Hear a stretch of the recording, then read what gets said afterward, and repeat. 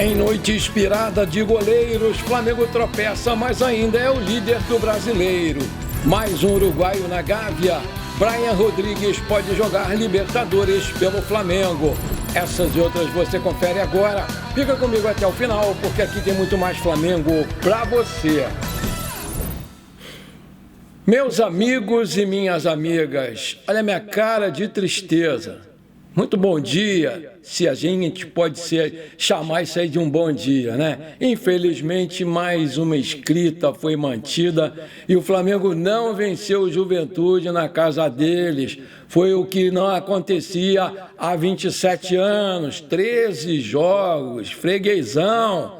E ontem não foi diferente, perdeu mais uma por 2-1, apesar de ter saído na frente do marcador com o gol do Pedro de peito, num ótimo cruzamento do Luiz Araújo, aos 19 minutos do primeiro tempo, mas aos 25, o artilheiro deles, aquele grandalhão, Lucas Barbosa, subiu mais alto que a nossa defesa e de cabeça empatou a partida em 1-1.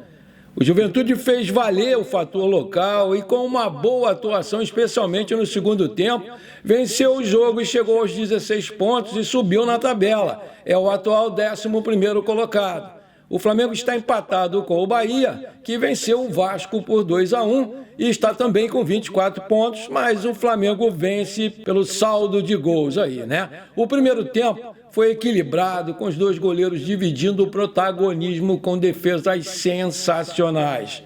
E por conta disso, acabou aí no empate em 1-1. O segundo tempo foi de uma leve vantagem do Juventude, né? O time da casa conseguiu ter mais posse de bola e o Flamengo sentiu a falta dos 8 desfalques, né não? Sentiu o cansaço e principalmente um frio de 8 graus com sensação térmica de 5. Aos 40, o time fez uma substituição tripla. Everton Araújo no lugar do Léo Ortiz, Carlinhos no lugar do Pedro e Davi Luiz no lugar do Gerson. E logo em seguida, aos 41, tomou o gol da vitória deles, né, do volante Luiz Mandaca, que tinha entrado no decorrer do jogo e aproveitou a confusão na área e fez o gol que decretou a nossa derrota por 2-1. No fim, né, o Flamengo foi para cima e o goleiro deles fez 2 defesas milagrosas, o que impediu aí o nosso empate. Vida que segue.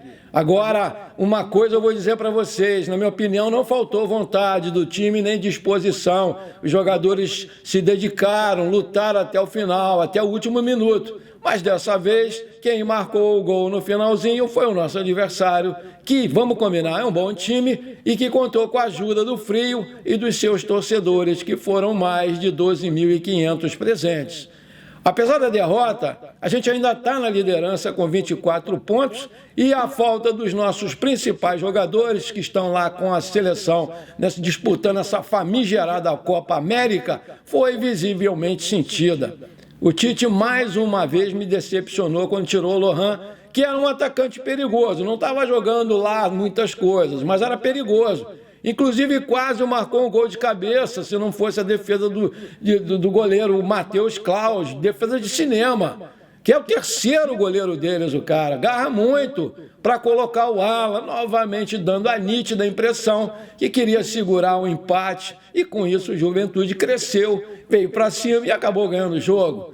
Tem um ditado que diz, né, o medo de perder tira a vontade de ganhar, e na minha opinião foi isso que aconteceu ontem com o Tite, quando ele tirou o atacante para colocar um defensor de novo, ele fez isso no outro dia. E ainda por cima, no final, tirou 3 jogadores que estavam quentes ali no calor do jogo e colocou 3 caras frios e deu no que deu.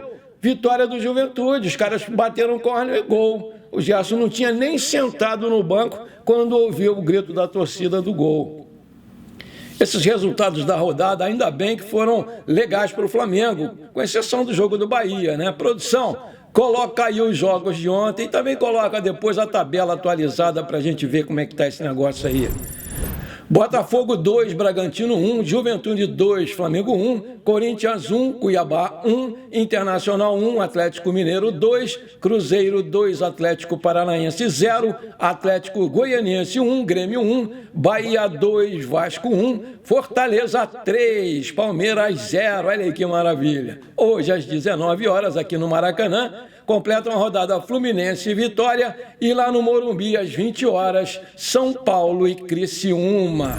Agora vamos dar uma olhadinha na tabela, né? O Flamengo está com 24, em segundo o Bahia com 24, mas perde no saldo de gols. Em terceiro vem o Botafogo com 23, em quarto o Palmeiras com 23, em quinto o Cruzeiro com 20, em sexto o Atlético Paranaense com 19, em sétimo o Bragantino com 18, em oitavo o Internacional com 17, em nono o Atlético Mineiro com 17, em décimo Fortaleza com 17, em 11º, Juventude com 15, 12º, São Paulo com 15, 13º, Criciúma com 12, 14º, Cuiabá com 12, 15º, Vasco com 10, 16º, Atlético Goianiense com 10, 17º, Vitória com 9, 18º, Corinthians com 9, 19º aí, Grêmio com 7 e na lanterna, em 20º lugar, o Fluminense com 6 pontos.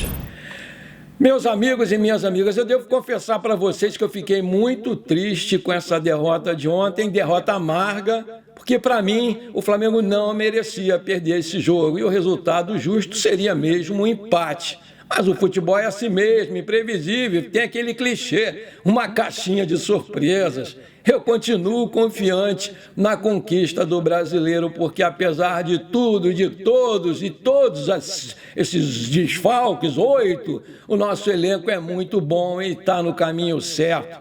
Bola para frente, porque no domingo já tem jogo de novo contra o Cruzeiro aqui no Maracanã, às 18h30. Agora eu tenho um pedido para te fazer. Se você está curtindo o nosso programa, então não esquece. Manda brasa agora no like para fortalecer o nosso canal. Se você ainda não é inscrito, bora lá, me dá esse prazer. Aperta o sininho aí, aperta o botão vermelhão e pronto. Simples assim. Você me ajudou demais. Muito obrigado. Agora vamos falar de jogador por jogador e as suas notas. O Rossi foi sem dúvida nenhuma o melhor jogador do Flamengo. Não teve culpa nos gols, fez uma série de grandes defesas que evitaram um placar maior nessa derrota. Apesar da perda da invencibilidade de 9 jogos, o Rossi fez a sua melhor partida com a camisa do Flamengo, provando para todo mundo de uma vez por todas que é um grande goleiro, é um goleiraço, nota 9.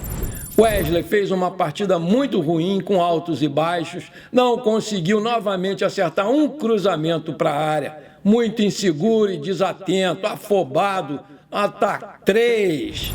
Fabrício Bruno fez talvez a sua pior partida na temporada, errou muitos passes bobos e não esteve bem na marcação, nota 4.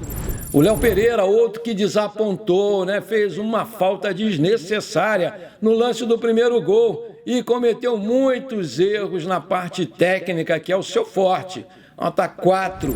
Ayrton Lucas, irreconhecível, fez outra partida muito abaixo do seu potencial, parece que ainda não se recuperou da sua última contusão e está jogando no sacrifício, porque o Vinha está comendo a bola lá na seleção uruguaia e quando chegar deve ser o titular. Nota 4 para o Ayrton. Léo Ortiz, mais um bom jogo como volante, distribuiu bons passes e ajudou bem na construção de jogadas, nota 6. O Davi Luiz entrou no seu lugar, mas não teve tempo, nota 5. Gerson fez um primeiro tempo bom nível, mas não funcionou nas pontas, não teve aí com quem dialogar, já que o Lohan e o Vitor Hugo estiveram muito mal no jogo.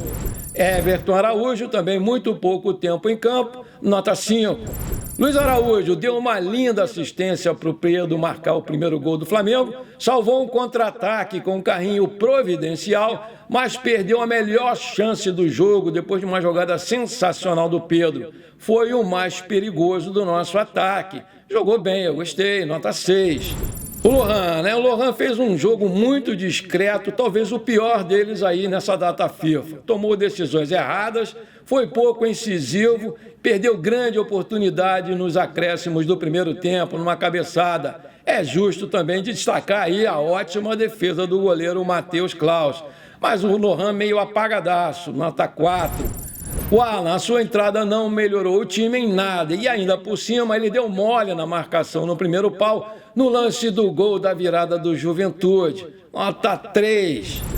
O Vitor Hugo, né? E o Vitor Hugo realmente é uma incógnita, cara. Atuação muito discreta. Lado esquerdo do Flamengo teve muito mal no período em que ele teve em campo, né? Chamou muita atenção, principalmente a minha, por ele não ter criado praticamente nada, pegou muito pouco na bola. Nem quando trocou de função ele subiu de produção.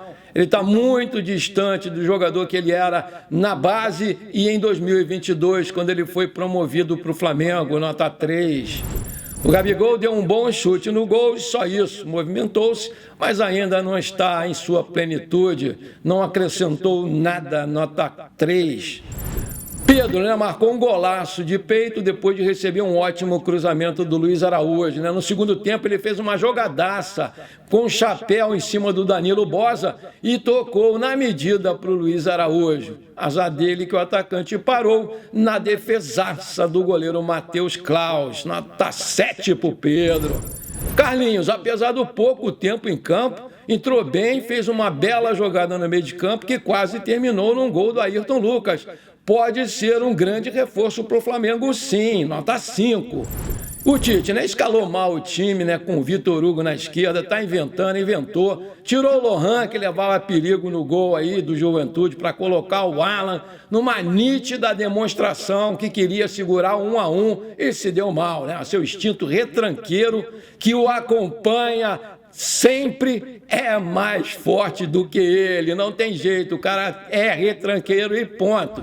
Para o time eu vou dar nota 6, porque não faltou garra, não faltou vontade de ganhar, mas os desfalques, o cansaço e o frio foram determinantes para o baixo rendimento do time durante a partida. Eu não estou passando pano, não, é o que eu senti. E você, o que você achou aí da atuação do nosso time ontem? Qual a nota que você dá para o time? Coloca aí. Com a janela de transferências voltando a abrir no próximo dia 10 de julho, muitos jogadores gostariam de vestir a camisa do Flamengo, um dos clubes mais poderosos do futebol sul-americano e que tem uma estrutura compatível com as da Europa. Com isso, um jogador que já foi cogitado anteriormente no Flamengo voltou a ser sugerido. É o Brian Rodrigues, que está vestindo atualmente a camisa do América do México. Há um forte interesse de pessoas ligadas ao jogador para colocá-lo em algum clube brasileiro. O Mengão, é claro, aparece como uma alternativa para qualquer jogador, inclusive ele. O Uruguai é um meia atacante, joga em todos os lados do campo no ataque, pode atuar como um meia mais ofensivo ou de segundo atacante. Versatilidade que poderia ajudar muito aqui no Flamengo. Tudo vai depender se o Tite quer contratar o jogador. Vale frisar que o Flamengo tem muitos uruguaios no elenco e todos estão na Copa América. Arrascaeta, Varela, De La Cruz e agora o nosso querido Vinha, né, que chegou recentemente. Vale destacar que o Brian Rodrigues tem 24 anos, é uruguaio, tem 1,72 de altura, com 23 jogos pela seleção uruguaia, onde ele já fez 4 gols. É um ponta esquerda que também pode jogar de ponta direita, é destro e tem contrato com a América do México até 30 de junho de 2026. E o seu passe está avaliado pelo site Transfer Market em 4 milhões de euros. Aí eu te pergunto, você acha uma boa a vinda do Brian Rodrigues para o Flamengo? Coloca aí. Bom, por enquanto foi isso. Eu espero que você tenha gostado do nosso programa. Muito obrigado por você ter ficado comigo até aqui. Um forte abraço. Não esquece de compartilhar o programa com seus amigos e parentes flamenguistas. E vamos embora, bola pra frente. O Flamengo não tem nada que ficar triste, é levantar a cabeça e ganhar do Cruzeiro domingo. Pra cima deles, Mengão!